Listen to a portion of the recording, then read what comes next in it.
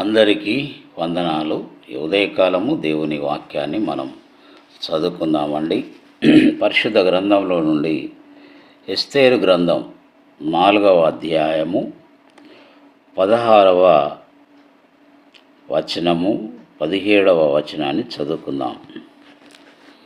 నీవు పోయి షూషనునందు కనబడిన యూదులనందరినీ సమాజ మందిరమునకు సమకూర్చి నా నిమిత్తము ఉపవాసముండి 3 దినములు అన్నపానములు చేయకుండుడి. నేనును నా పనికత్తెలను కూడా ఉపవాసముందము.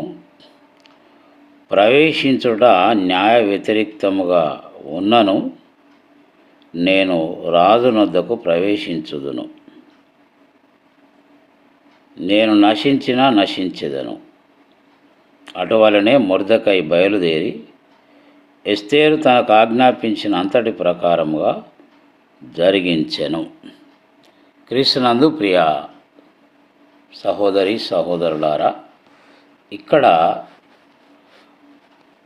తమ జాతి అయినటువంటి యూదా జాతి నశించకుండా 127 సంస్థానముల యందు విస్తరించున్నటువంటి తన జాతి ప్రజలు క్షేమంగా ఉండాలని చెప్పేసి పొంచి ఉన్నటువంటి భయంకరమైనటువంటి కుట్ర తొలగిపోవాలని తండ్రి కూతురు అనగా మొర్దెకై మరియు ఎస్తేరులు ఏక మనసు కలిగి ఉపవాసముండి ప్రాణాలకు తెగించి ప్రార్థించినట్లుగా మనం చూస్తున్నాం. గమనించండి.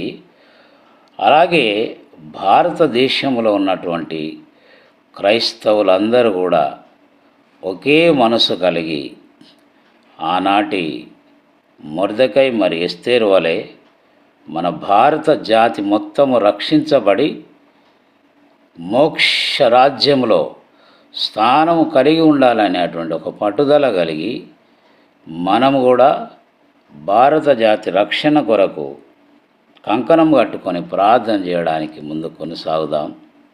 ఆ రీతిగా పరిశుద్ధాత్మ దేవుడు భారతదేశంలో ఉన్న స్త్రీ పురుషులను సిద్ధపరచునుగాక. దేవుడు మనందరినీ ఆశీర్వదించునుగాక. దేవుని కృప మనందరికీ తోడై ఉండునుగాక. దేవుడులా దీవించునుగాక. అందరికీ వందనాలు.